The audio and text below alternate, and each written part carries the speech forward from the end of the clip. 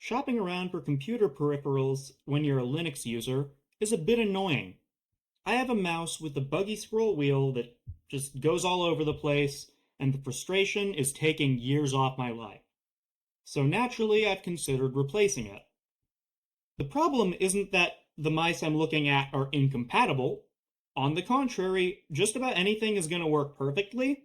The problem is the proprietary configuration software that unlocks most of their features. That software is for Windows, and there are actually plenty of workarounds. This is, again, not really a compatibility issue. It's more that I only want to use workarounds for hardware I already own. I don't want to have to go buy something knowing I'm going to need a workaround. Why would I want to pay money to a company that treats me as a second-class customer? I am an American, and it's been our patriotic duty since before the revolution to value our market freedoms to an extent that the people of other nations consider extremely unreasonable and alarming. However, the historical option of putting on a racist costume and dumping a shipment of electronics into the sea seemed a bit excessive, so instead I'm complaining on the internet.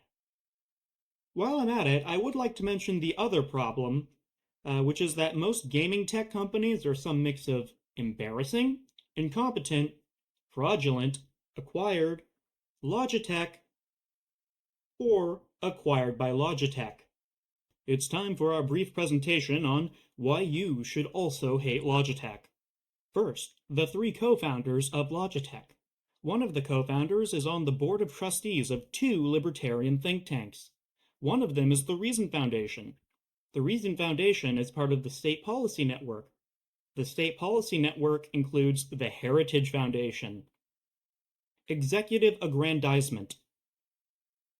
Another spent 12 years on Nestle's board of directors. Did you know that Nestle isn't American, but Swiss? I always assumed it was, especially with the supply chain issues. You know, the economic differences, as we called them in Texan history classes. The third one is a venture capitalist, but he doesn't even have a picture on Wikipedia, so who cares? Every time Logitech needs a new product to sell, they just buy out someone and steal their homework. This contributes to the mass extinction of competitive small and medium businesses. And finally, a specific example, the Extreme 3D Pro controller is still for sale. It came out in 2003 and has not been improved in 22 years. The quality is not great, it has a lot of drift and such, and it's not like they had time to fix that.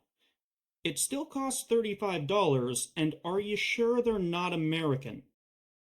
I have a slightly weird keyboard, and it does have native Linux configuration software. So it's not like it's impossible, it's just not in the interest of most companies to bother.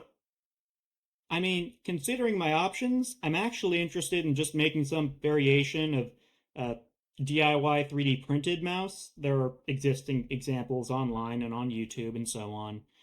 But I don't have a soldering iron, and I don't know what all the weird voltage pins and electric hieroglyphics actually mean. I wrote and recorded this in the middle of making a different opinion video that I hope to release soon. Just don't hold your breath, because I definitely won't be publishing it within the next 90 seconds. I don't want the only people who watch this video to the end to damage their very patient brains. Later, folks.